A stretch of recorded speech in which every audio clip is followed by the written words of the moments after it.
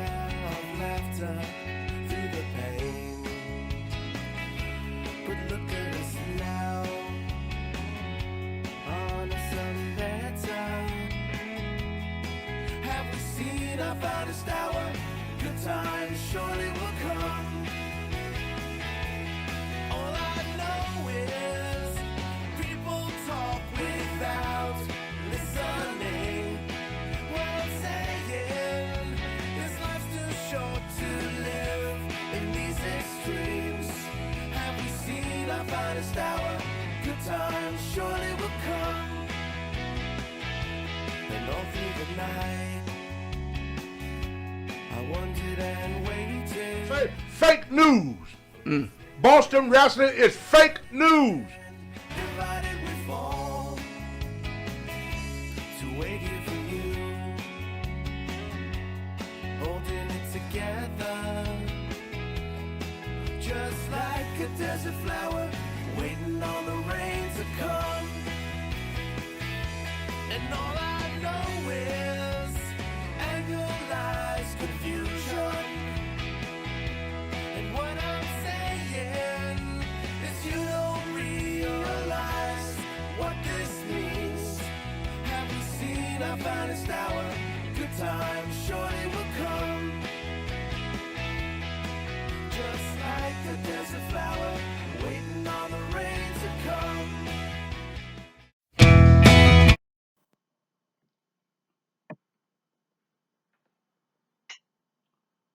No, it's not a picture. It's old Tony Atlas back again with the 24, 25, 28, 30-inch guns. 30 inches. Are you adding them together, Tony? And you know that's not true. But as an old buddy of mine by the name of Mad Dog Vachon, he used to always tell me, if a story is worth telling, it's worth embellishing. So, like I was saying, some of my earlier stuff, we didn't get out much back when wrestling was wrestling. You know, not sport entertainment, not criticizing what the guys do today. I think they doing a wonderful job. They're keeping up with, keep up with the time. You know, we like a '57 Chevy, but you get a better performance out of a 2021 Chevy as you will from a 1957 Chevy, even if it's in mint condition. It don't have all the gadgets that they got on stuff now. Well, wrestling world is the same way.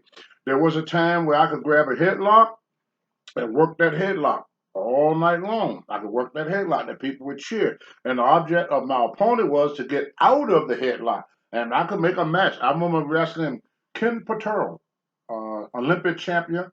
Patero went to the Olympic, representing us very well. Teamed up, came to Mid-Atlantic, training in Minneapolis, known all over the world. Ken Patero, an Olympia competitor, lift against the big Russia, Alexius. Me and Patero, we go in the ring, and we would do strongman stuff. Y'all probably have seen on TV where me and Ken Patero would take this bar, and we bend it around our neck. We took a 10-penny nail, we drove it through a board. We even have a bench press contest to see who could bench press more of it.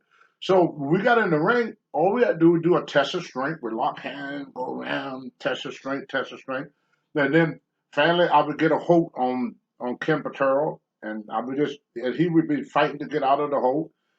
And that we could do 5-10 minutes of just, hold a guy in the hold. But today, people got short, expensive span, so they like to go boom, boom, boom, boom, boom, boom, boom, boom, boom. Back in my day, we called that high spots. It was not the actual wrestling match. Like I said, our job was to make wrestling look as real as possible. We all knew it was a work. Some of us were so stiff, we call them stiff, call them crowbar. You was a crowbar if you were stiff. Now, crowbar, he hit you. No other way of putting it. He didn't pull his punch. He whacked the hell out of you. We had guys, I remember a match, like, how Tony talked. He started on one thing, and by the time of the day, you ain't going to know what the hell I said. I won't even know what the hell I said. So try to keep up if you can. Going back to the guys with like Crowbar, this was all the way up, I would say all the way up into the mid-'80s. I was in Toronto, Canada, and with George Scott, Ric Flair, Ricky Steamboat, and they were just opening up TV in Toronto. They wanted to really get a relationship going with Toronto and the Mid Atlantic. So what ended up happening was I was sitting there watching this match with Ricky the Dragon Steamboat and Ricky the Dragon Steamboat and Ric Flair, and they were chopping each other, whack, whack, whack. I'm sitting there looking at this, and they just beating the living dog mess out of each other. When they get back to the dressing room, both Flair and Steamboat have open wounds on their chest. They have busted each other's skin open. They're bleeding from the freaking chest. They hit each other so hard that they just broke the skin. I mean, you see guys hit the bruises, the handprint, the whole ball. These guys were actually bleeding from the chest. It looked like somebody took a razor blade and cut them up. They were hitting each other so hard. Guys wanted to make people believe that what they saw was for real. And believe it or not, 70% of it was. You would get these old timers in the ring. And I remember they would put me against guys that we used to call shooters. Now a shooter is a guy that had a hell of a background to him, you know. And when you read about some of these guys, I'm gonna have Larry to read some brief stuff about this one guy that nobody talk about. And he used to get teased all the time because he was Jewish. His name was Abe Jacob. Now Abe Jacob, uh, where was how old was Abe and when was Abe born, Larry? Abe was born in June of 1938. 1938. Not 1938. And he was a Jewish guy. People used to pick on him all the time because he was Jewish. And he started. And when did he retire from the ring? He started in 58. 1958. He started his And he career. retired in 81. So he And retired in 81. 23 years. 23 years. 58 to 81. 23 years. 23 years as a pro wrestler. But Abe Jacob was not what you call a big draw. Him and Luther Lindsay, you know, they were very, very good friends. Luther Lindsay was another tough guy, and he died in the ring. He jumped off the top rope, hit the mat. The guy rolled him over, pinned him 1, 2, 3. Everybody waiting for Luther Lindsay to get up, and never got back up. He just died right there in the ring. Just like I told about Ox Baker hitting the guy. The guy had a heart attack. Ended up there, gave Ox Baker a great lift. Bruno Sammartino got his neck broken. Made Stan Hansen, Larry, you know, the most feared thing in the world. Now, Abe Jacob created a move that was so popular, and they asked him one time, could he still do it? He said, I forgot how to do it myself. They're called the Kiwi Roll. Yep. He was the inventor of the Kiwi Roll, where he would put his knee in the back of your knee and roll around the ring with it. Well, when he came down on your knee and the pressure of his body weight on your knee, by the time he finished that Kiwi roll on you, from the knees to your toes was numb. You have to sit there for a while and let the circulation get back in your leg in order for you to walk. So wrestling have changed a great deal. People ask me all the time, I told it, I like the old school wrestling compared to what they got now. Well, what we did, we learned this.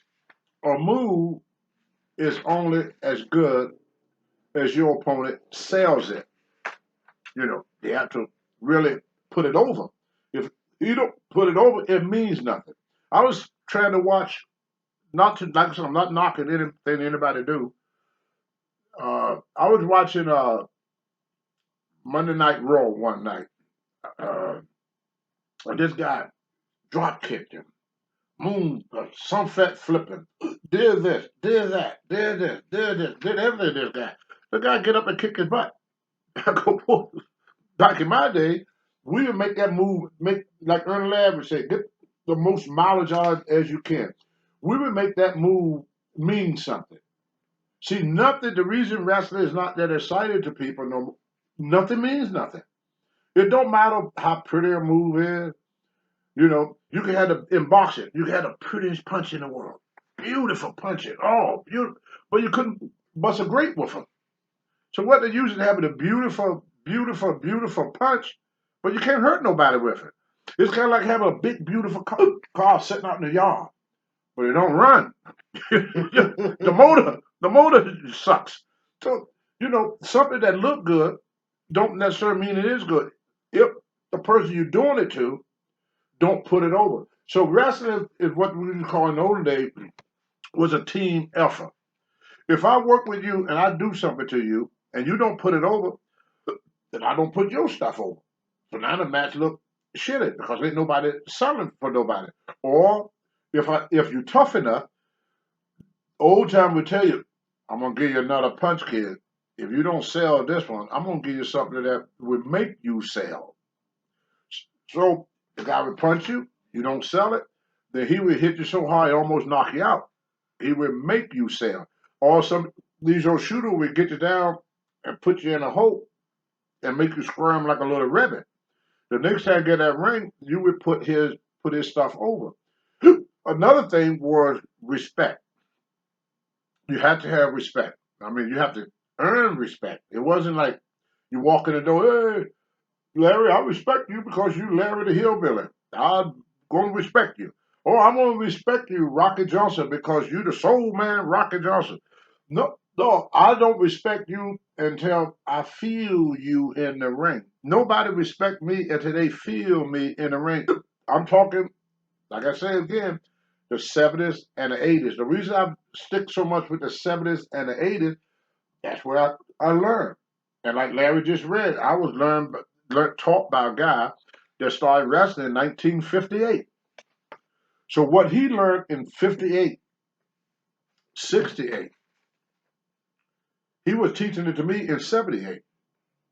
That's why a lot of time when I talk, I bring these people's names up because these are people that taught me the world of pro wrestling. You know, we didn't have wrestling school. You know, there was a guy that I left out of my conversation about people that helped me, which I feel bad about because he had uh, deceased. His name was Larry Sharp. And Larry Sharp was the guy that started the first wrestling school, with the Monster Factory. You know, Bam Bam Bigelow came out of there, and a lot of great talent came out of his wrestling school.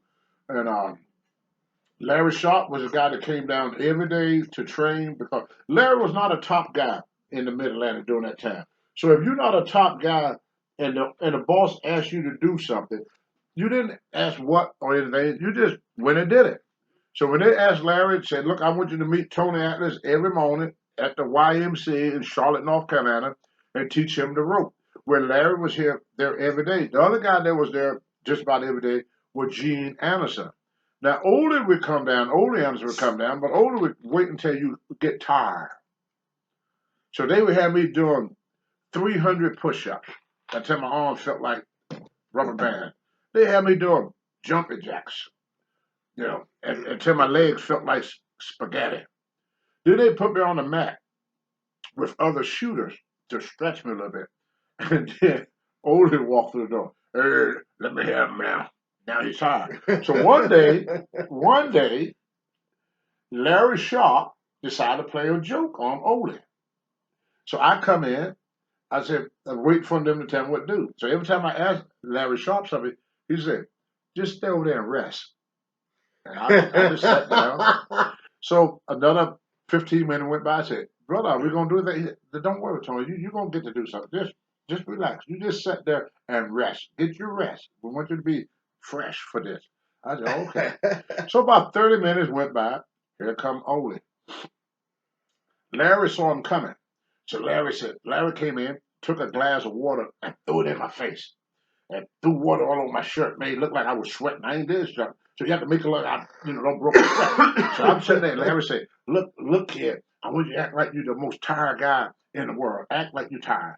So I'm laying there, and Ole come in. Ole come in. is he ready for me? And they said, oh yeah, Ole, he's ready for you. He's ready for you. So he said, all right, come on, you piece of shit. I'm gonna show you what wrestling's all about. Ole grabbed a hold of me. I found McCarroll, took him down, and hooked him. He got up again. He tried to do something else. I take him down again, hooked him again. Finally, he said, what the fuck is going on here? You guys played a joke on me. Y'all didn't tire him out enough. He's not tired. They ripped the hell out of Ole that time. But Ole was a good natured about it. You know, I ain't saying Ole was a chump or anything, but it was a thing in wrestling we called the ultimate of surprise. Ole had just worked out with the weights. Ole just got through running around the gym. They used to have an indoor track back in them days. So Ole just did his mile around. He did his weightlifting. So he was all pumped up. You know, anybody that lift weights, when you lift weight, your muscles get tight. So Ole was all pumped up and everything. But he would come in and stretch the guys at the end of his workout for fun. But he used to get the other guys to tire this guy out when this guy's so damn tired that he could barely stand up. That when Ole would jump your ass, when you can't even hardly stand up. So they played a joke on Ole one time by having me to rest up because they knew that I had a pretty decent amateur background and I knew how to handle myself back in them days. You know, pretty decent. You know, I couldn't work my way out of a wet paper bag today, but back in them days, as old times say, in my day, but that's how it was with us wrestling. But Ole Anderson, a lot of people didn't like Ole. And I remember Ole telling me something one time. He said, he almost not got into business. And I said, why not? I said, you big, strong guy. He's about 265, 270. Yeah, big barrel chest, big Polish guy, 20-inch arm, 18-inch forearm, just, big, and a pretty salty person on top of it. So I said, why they wouldn't run him? He said, I was 24 years old. I said, I was 24. He said, they didn't want me because they said I was too old to learn. See, wrestling back then was kind of like the military. You know, they bring you in young because you tell an 18-year-old, get up on that rope, kid, and jump off. Before you finish talking, that 18-year-old is up the rope and on the way off the rope. You tell that to a 30-year-old, he goes, whoa, wait a minute, you want me to do what? You want me to do what? See, as we get older, we use more of this and less of this. When we're young, it's all about this and nothing about this. So as you get older, you get a little bit wiser. So it's a lot easier to train. It's old saying you can't teach an old dog new tricks. Well, in some cases, not all cases, but in some cases, that's true. So they would get you when you really young.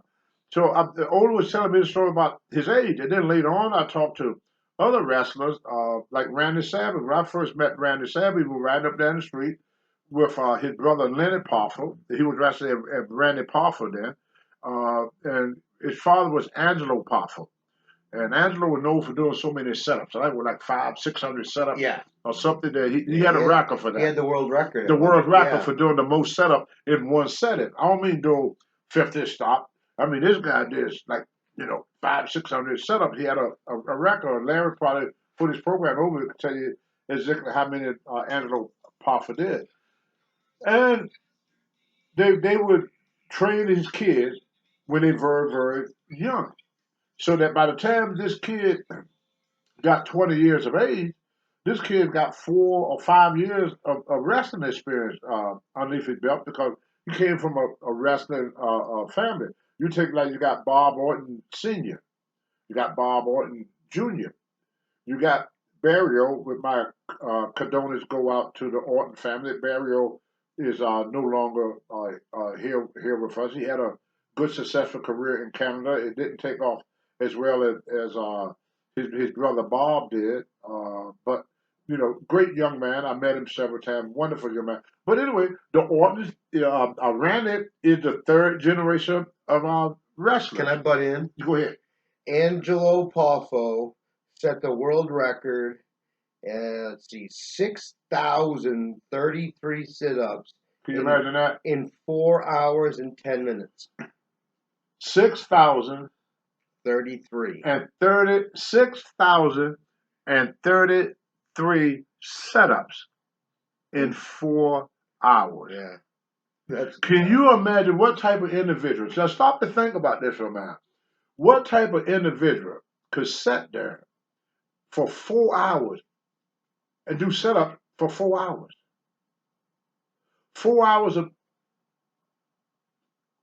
back and forth, back and forth. Well, these are the guys that I met when I first started in the business. These guys was I don't know how many times I can say this. They was tough could be. Larry want to tell us something This else. is a picture of him in '55. Not like you saw him at the end with his sons and he did when they ran Outlaw in. Can they see that? I don't know if they can see it. Yeah, but they can see the outline. You can see the muscle definition. Look at the quadriceps. That's The 50. shoulders. That's in 1955, guys. That's 1955. There There you you go. Look at that. Look at that. See? That's crazy. That's Randy Savage and Leonard Parford father. That's the guy that taught Randy Savage everything Randy Savage knows. Well, I'm like most black men in America. I'm in that 75% because 75% of black guys, black kids, men and women, grow up without a father. So I'm in that 75 percent range. So when I got into wrestling, these guys were like a father to me. They treated me like I was their son. George Scott used to call me his son all the time. Vince McMahon Sr. used to call me his son. Jim Barnett treated me like I was his son.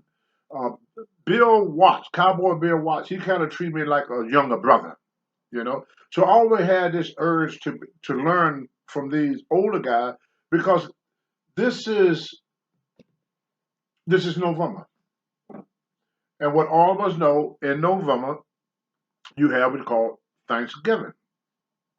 So I hear people complain about the country going to hell in a handbasket, and this guy is this and that guy is that. My mother said, live for today, for tomorrow is promised to no one. You have to be appreciative of what you have in life. I was not raised in a rich family. I didn't grow up with a lot of money. I wasn't raised with good looks like The Rock. I had a lot of faults, still got a lot of faults. Ain't nothing changed. You know, six of one, half a dozen of another. You know, I'm pretty much the same goofy ass kid that was running around that they used to call Argo. It's still, I'm still Argo. I'm just an old ass Argo now. That's all different. But anyway, I learned from these wrestlers how to be appreciated. One of the things we should do to show appreciation, if I'm wrestling somebody in the ring, if I'm wrestling Johnny Valentine, or I'm wrestling Angela Mosca, whoever win the match will lean over to the ear of the guy that lost, and he would say, "Thank you for the match." We would thank that person for laying down for us because 9 times out of 10, the guys you wrestle could whoop your ass anyway. We had a guy. I don't think he won many matches. His name was Bill White.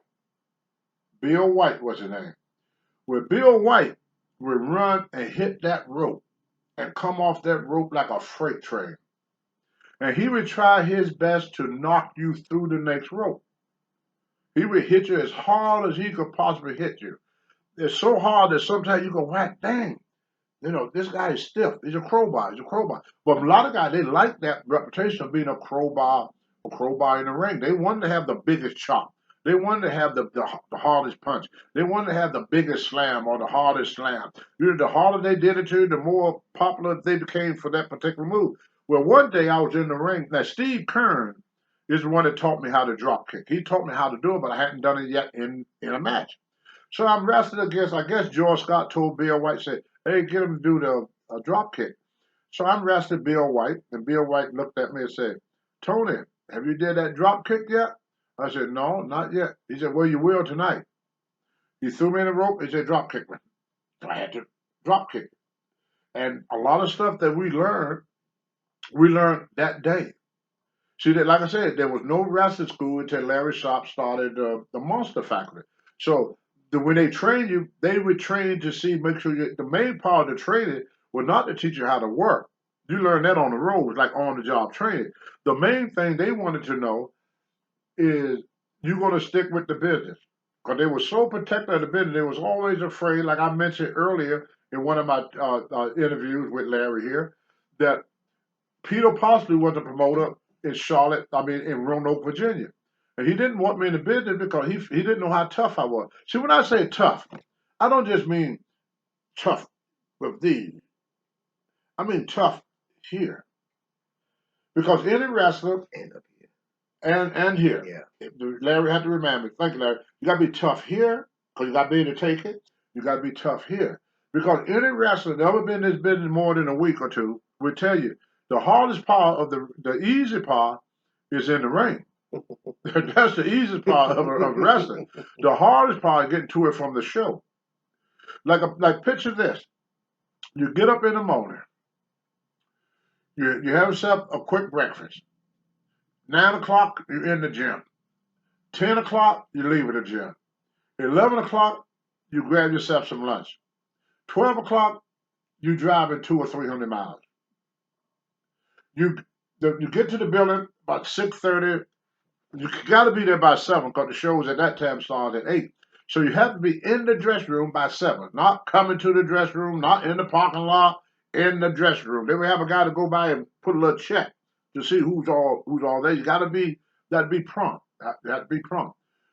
So once after you wrestle a match, and most of the matches back then was only had 5 or 6 matches. So most of the matches were between 15 to 20 minutes. The main event every night was 30 minutes to an hour. So you end up in the main event, you have to go 30 minutes.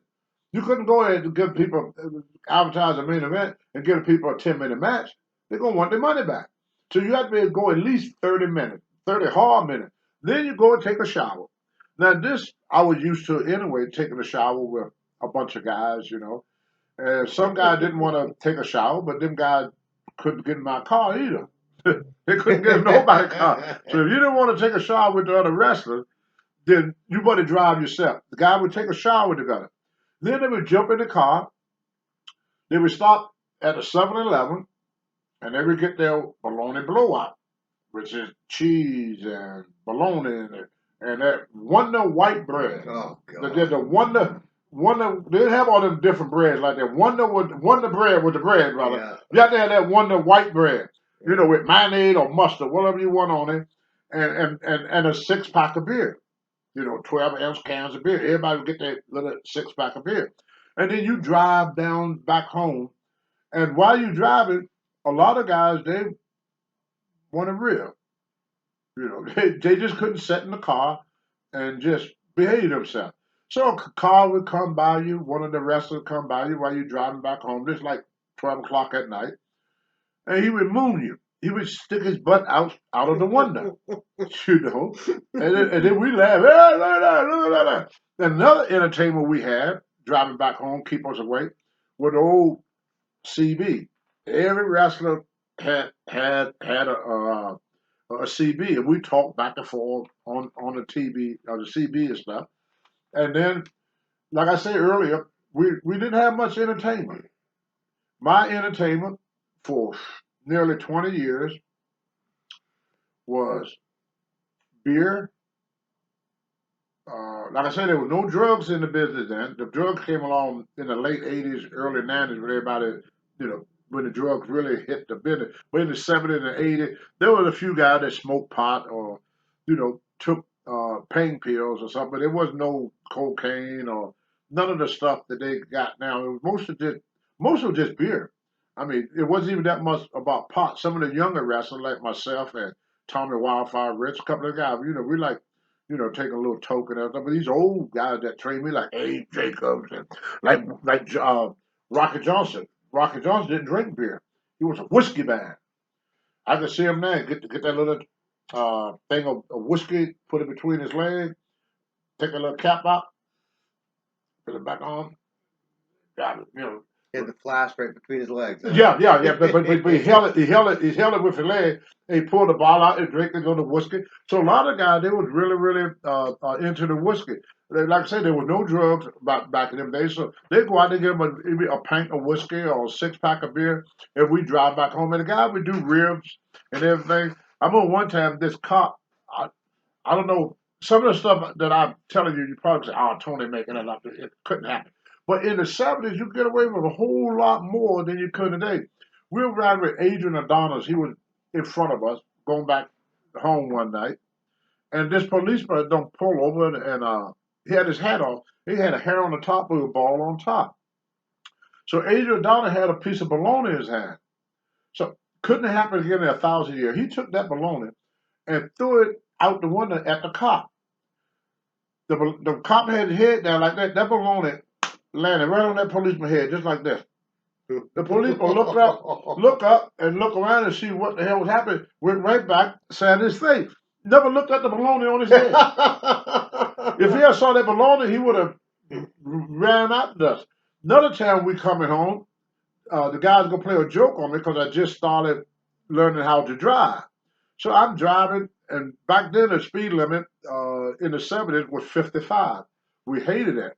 55 miles per hour would take you forever to get home. You fall asleep behind the wheel. In fact, it was dangerous 55 because people were actually falling asleep behind the wheel.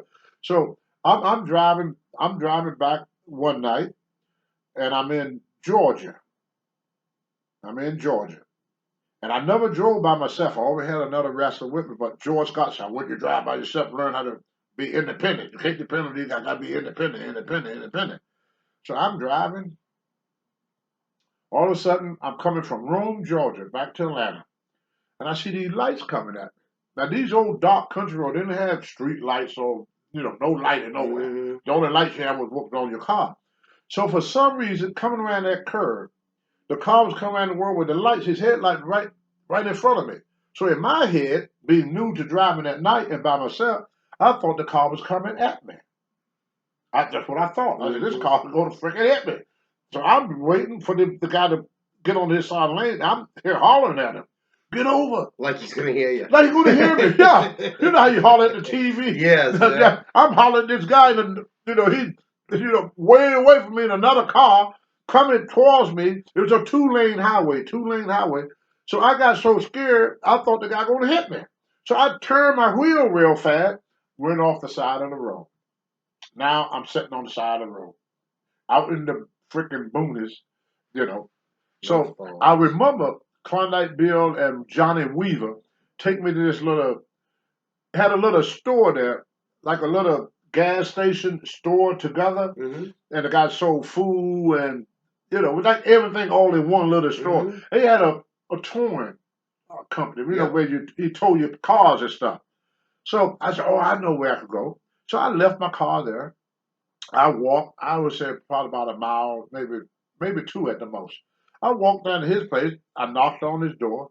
He was upstairs of his business. He looked out the window. Hey, what are you doing down there? I said, oh, my car went off the road. He said, don't you have a telephone? I said, not in my car. Okay, I'll be down in a minute. So he come down. He gets in his tow truck. I get in the tow truck with the tow truck, pull up to the car. Well, by the time I get back to where I ran off the road at, you had a guy, his name was, wait a minute, Bill Howard. Okay. His name was Bill Howard. And Bill Howard said, Tony, you gotta go with this. You gotta work with us. Gotta work with us. I said, okay, what are you gonna do? He said, how about you go climb up that tree? I said, well, climb up that tree. I said, yeah, go climb up that tree. And then I'm up in the tree and I'm looking down and I see this sheriff. He was, pot belly sheriff, had his tie on crooked away over here, and his shirt was unbuttoned down here, tobacco juice hanging out both sides of his lip, tobacco juice, and his lunch on his chest. Looked like the guy in Smoking the Bandit. Smoking at the Bandit. That's just like the guy that Smoking the Bandit, but a little bit heavier. Yeah. A little bit heavier. His pants, his belt was hanging over top of his pants, and he's shining lights up in the tree, looking for me. Oh man, looking for me. Found it. He's shining light on me. Not making fun of folk, but you got to tell it the way you hear it, otherwise you don't get the full meaning. Hey, boy, you come on down out there now. I see you. Hot there, boy. You come on down from there. Bill Howard and the other wrestlers in tears. They are laughing so freaking hard they couldn't even stand up. They're leaning over the car. They are going freaking nuts. They said this is the best fucking night. What did they tell the cop? They told the cop that I wrecked the cop. The cop asked them at the beginning. The cop said, well, who is it? So they told the cop it's a black wrestler. And the cop said, oh, the black rascal, huh? Well, I know where they at. Them damn coons always climbing trees. Who said that? The cop. Oh, Them damn Jesus. coons always climbing trees. That's why he was looking up in the tree for me. Because once they told him I was black, he just knew I was up in the freaking tree. I don't know where that came from. You know, this is my first year in Georgia. I ain't know nothing about Georgia, you know. So anyway, he got me to come down out there. He said, if you don't come down out that tree, boy, I'm gonna sick my dog on you. He had this old blue nose, what they call them tick hounds back there, hound dog. Bloodhounds? Yeah, bloodhound with the Yep. long ears, Yep. big old long face, you know, the big long legs, you know, not the little stubby, not the best hound, but the big old.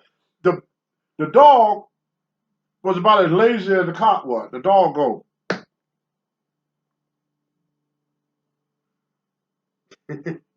Oh. I laid back down. Yeah. He said, you hear that dog, wild boy? You better come on down there. So I came down the tree, and Bill Howard didn't want him to take me to jail. He said, I got him now. Bill said, well, we're going to take care of it. He said, he belonged to us. The cop, I don't know where this stuff come from, but it's in Georgia in the early 70s. Yeah. Bill said, well, we're going to take him home and give him a good whooping. You going to whoop him? Well, you whooping good. Teach him how to drive, too. Holy shit. Whoop that boy good. Teach him how to drive, too. So they pulled my car out the ditch and everything. I got in the car, and we went home. And I got teased about that. Oh, my goodness. I got teased about that for about a month. You know, and I was learning how to drive. Now, the guy that taught me how to drive was a Puerto Rican guy named Don Serrano. Don Serrano was a little stocky Puerto Rican guy. He was only about like 5'6". So he used to get these boots made up that was the big lifts with the big lifts on to make himself look taller. So George Scott, he had a Cadillac. A lot of boys wore Cadillac Lincolns or big cars. You know, we traveled with four in the car. We didn't have the Corvettes. You have a little room on top of the four people. Yeah. We wanted one of the big cars. Yeah. So he said, Tony, I got to show you how to drive. So he was getting tired. What it was, he was getting tired. Almost, you know. He said, brother, I don't think we're gonna make it. You're gonna have to help me. We were driving from Norfolk, Virginia, and the next day we had to be in Charleston, South Carolina. So we had to get back to Charlotte. Then we stay over in Charlotte, and then we go from Charlotte the next day to Charleston, South Carolina. So Don Serrano, he was getting a little bit tired. So he said, okay, I'm gonna let you drive some, kid. He said, all you gotta do is keep it in the road. I said, okay, I could do that. So I'm driving. Don Serrano is sleeping. There's not a car on the road. This in the old days, everybody didn't run all up and down the damn highway like they do now. So I'm driving. All of a sudden, I see another car in front of me. So I said, Don. What? I said, there's a car in front of us. That's okay. It's all right. You go back to sleep. Don, what should I do? Well, if you don't like him in front of it, go around him. Oh, okay, I'll go around him. Don, lay back down. Don, what? How did I do that? How did I go around it? Well, Tony, you just turn the wheel over in the other lane. So I turned the wheel in the other lane. I said, well, Don, now there's a car coming straight at me. Well, you supposed to look first, get back over there. So then I had to cut back into the lane. Because he told me, I did what he told me. I didn't look. He said, all you got to do is go into the other lane and go around and then come back in your lane. So I went in the other lane. When I went in the other lane, I saw another car called a 2-lane highway. It's not a 4-lane highway, it's 2-lane. So this other car is coming. I said, that Don, it's another car. It's another car in front of me. He said, well, get back in your lane. I said, I can't, Don, there's a car there. Well, slow down and get back in your lane. So the whole night he telling me to drive, but instead of sleeping, he's like this. We get back to the Charlotte. You kept him awake, didn't you? Yeah, I kept him awake. Larry said, you kept him awake? Yes, I did. So I think I said, when I got back, I said, Don, how did I do? Don said, I see you later. And he left. No, he left. These was some of the things that we took chances. We know a lot of this stuff now that I say is funny now because we lived through it. But then when I look back on stuff, I said this once, I say it again. We was fucking nuts. And lucky. And luck had no, what is it, God had pity on the crazy people and Chandra? Yeah. Something like that. Yeah, we was crazy as hell. When I look, to be in wrestling, you had to be crazy back in them days. I mean, you stop and think about it. We did 16, 18-hour days. I mean, your day started at 9 o'clock in the morning. For Johnny Valentine, it started at 7 in the morning. Johnny Valentine, we get up at 7 o'clock in the morning, go work out, go have breakfast at 8 o'clock. Larry is killing himself in my house. Go have breakfast at 8 o'clock. Then he go to then he go home, spend a little time with his family. By 10 or 12 o'clock, he was on the road, and we was on the road all the way up until 2 o'clock in the morning. I mean, if you got to bed at 2 o'clock in the morning, You're good. you was good. Now I always heard a saying, wrestling and crazy go hand in hand. You either Yes, get it does. into it because you are, That's right. or you're in it long enough that it makes you. That's right. But that was what I'm talking about is wrestling, Mhm. not sports entertainment. Not sports entertainment. That's what y'all get now is sports entertainment. Like when you watch wrestling now on TV, everything is scripted. It's scripted. From the beginning of the match to the end of the match. Everything is planned out, worked out, practiced before you get into the ring. So the wrestlers know what they're going to do before they get into the ring. And you want to hear it again. Us old people love this word. All old people love this word. In my day, the only information I got, because the way they had it, the good guys and the bad guys did not come out the same door. They did not dress in the same room. They didn't even stay at the same hotel. If I went into a hotel and I'm on a wrestle uh, uh, uh, uh, a bad guy, such like Johnny Valentine or Greg Valentine or Ric Flair, if I go to check in the hotel, we used to race at home and race back to a hotel because all the wrestlers mostly stay at the same hotel. So if I see this wrestler check into this hotel, I had to find another hotel. I couldn't stay in the hotel with my opponent because people was always looking for something where they could say wrestling is fake, wrestling is fake. It was our job for us not to catch, you know, find out what the business really like. So we didn't want to get caught. If you got caught, you exposed the business, the promoter would fire you. And there was a saying in wrestling, telephone, telegraph, and telewrestling. The reason for this, a wrestler could learn something in Georgia, but the next day that wrestler in North Carolina. And then the next day that same wrestler is in California. So by the time the guy he saw something in Georgia, but when he go every territory he go to, he would tell the story. You know, when that's how wrestling was. So people knew that I was training to be a wrestler before I even had my first bout. I remember with George.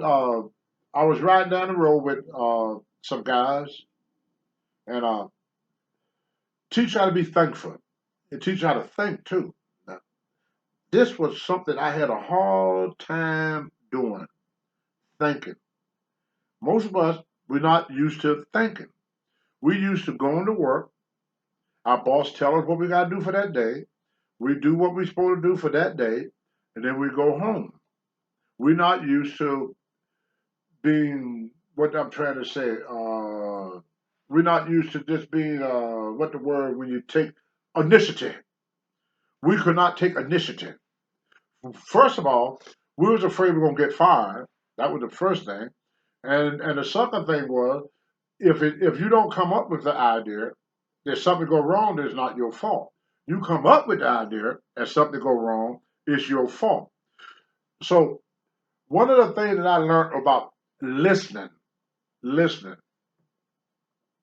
I was riding with Gene Anderson, and I can't remember who the other person was, but I know Gene Anderson was in the car because the thing was with Gene.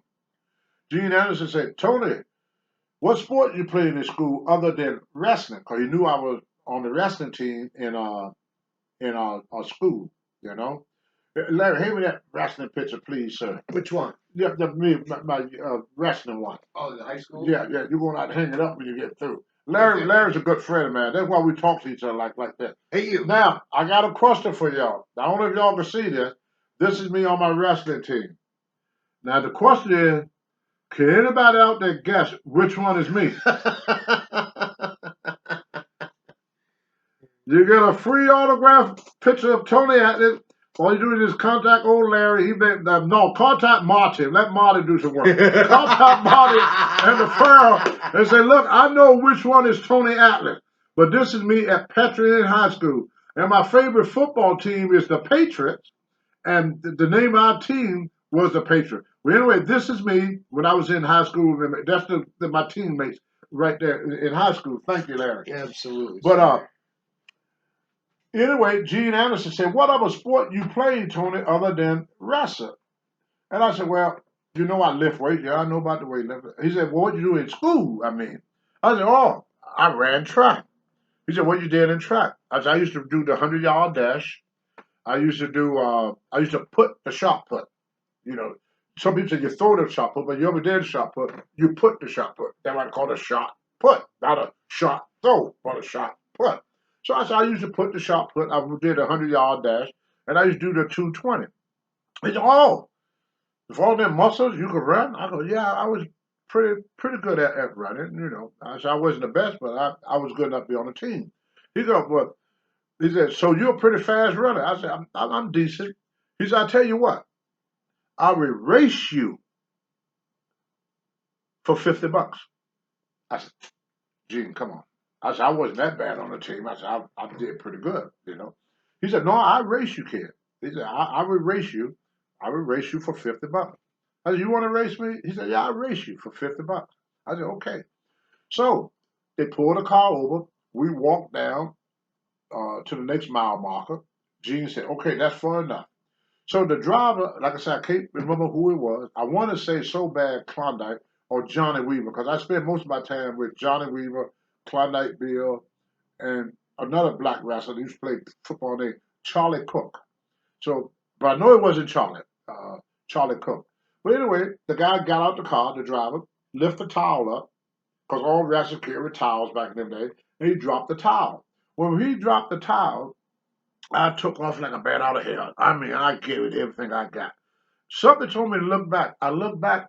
Old Gene Anderson, he's coming along like, he's trotting. Just like this. Just trotting along, taking his time.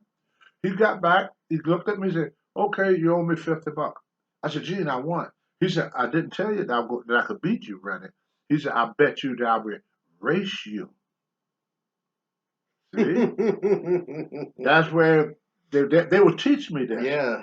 He said, that's a lesson you need to learn, kid. You need to learn to listen to what someone says. If you stop and think about it, he said, I will race you for $50. He raced me. Yep. He didn't say you're going to win the race. Mm-hmm. He said, I will race you. He did what he said. He raced me. And then he worked you. He worked me. That's when guys started teaching me to listen. Another thing, I hope I have time to tell this story because this all at the beginning of my career.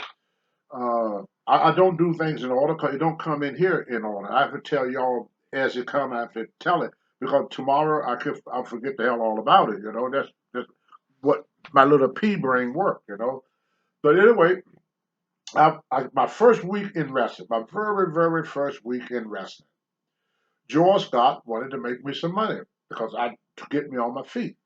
So he put me on all the shows with Wahoo McDaniel and Ric Flair. And Wahoo and Ric Flair and Johnny Valentine, they were selling out everywhere. And Rufus R. Freight Train Joe, they were the big stars. Another wrestler that people don't talk much about was Paul Jones. Mm-hmm. So they would put me on the card with them. You may see some old cards which is semifinal. The semifinal match was always a tag. It was always a tag match. And a semifinal would happen right before intermission. Because you want to leave something good for the people before they go to intermission, and then they come back with the big main event. The main event was the only match. Sometimes they had a double main event, which had after the intermission had two matches. after that. So it was only 6 matches. So it was only main events after an admission. Everything I thought else that was the only thing. that's why. Sometimes they would have two main events, like we call it a double main event.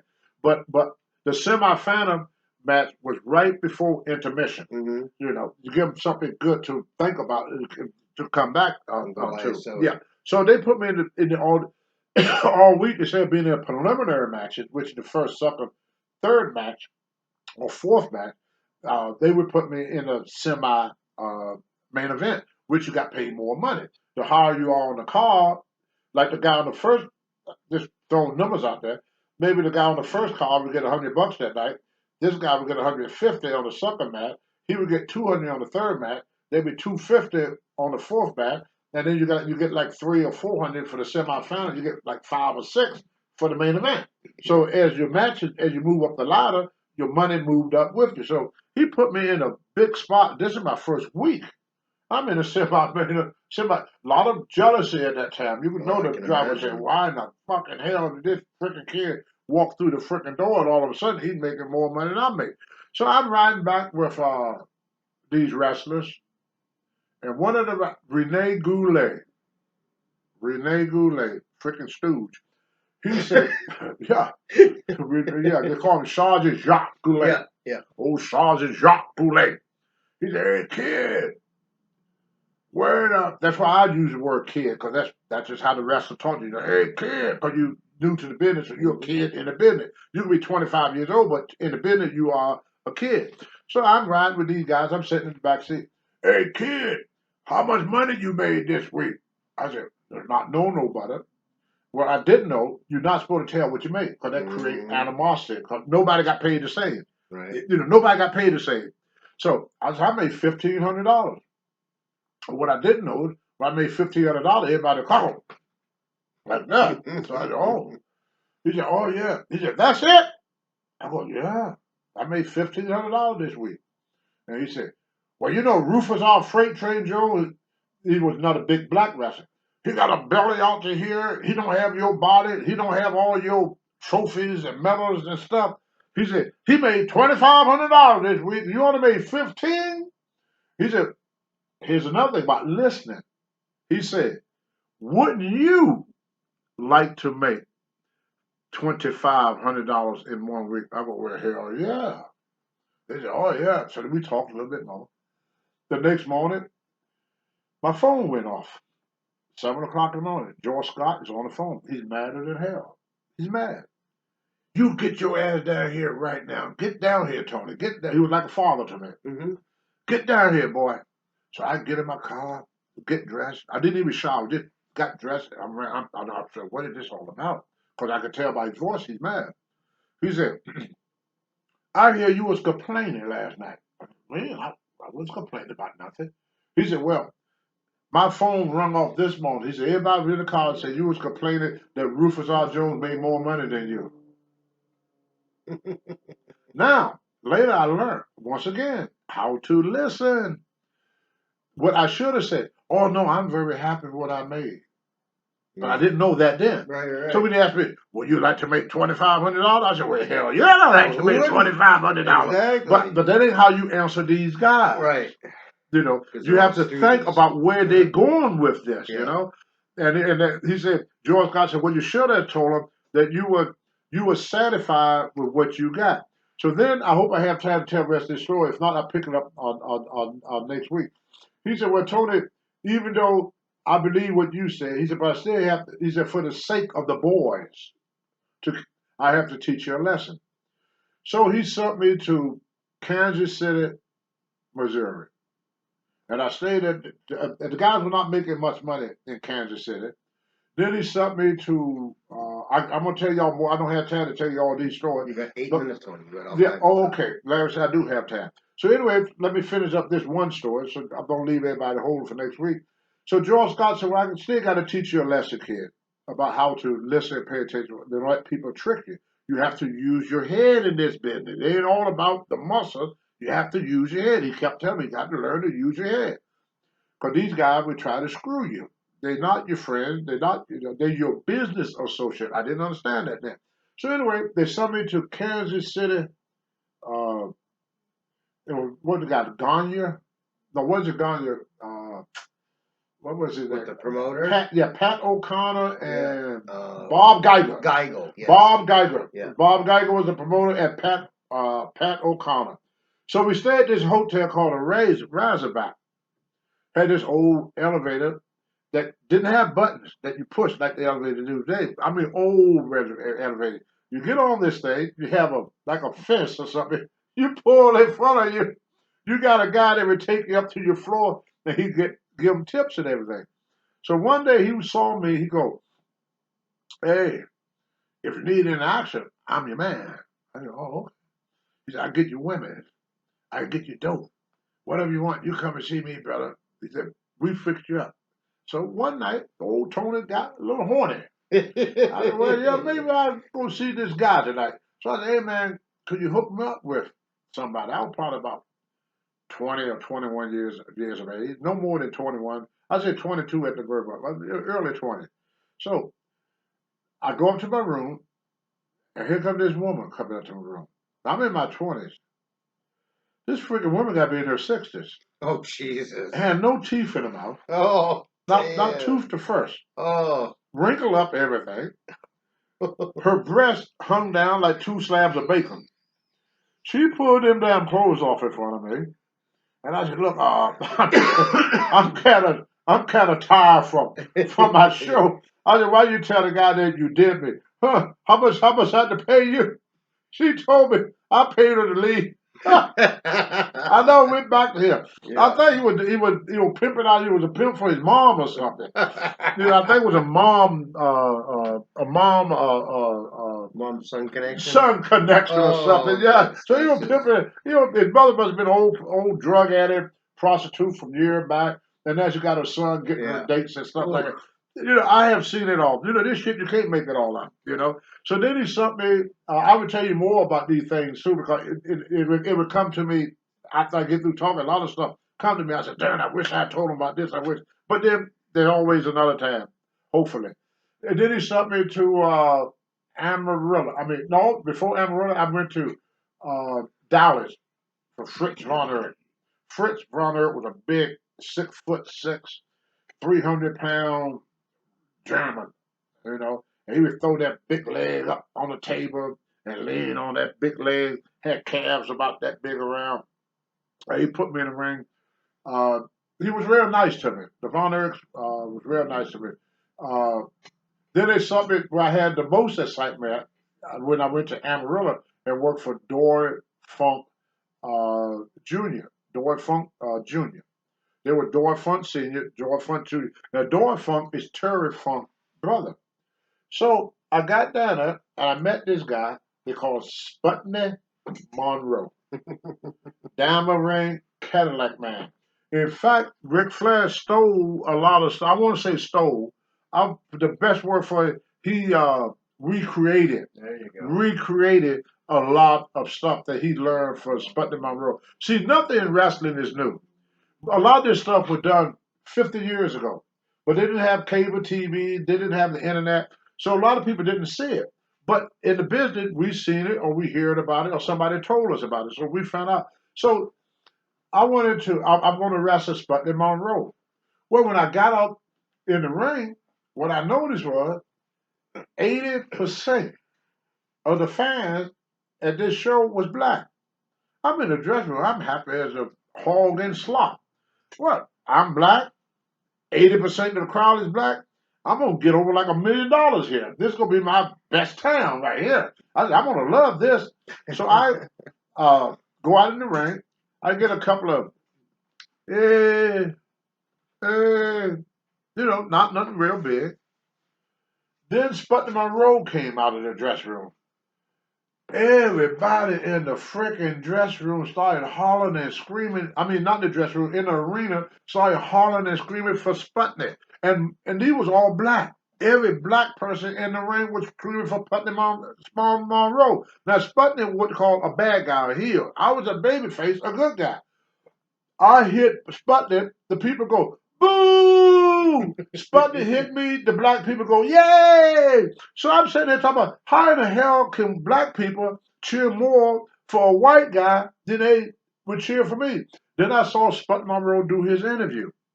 Now, Sputnik Monroe was kind of like Dusty Rhodes. He was white, but he talked black.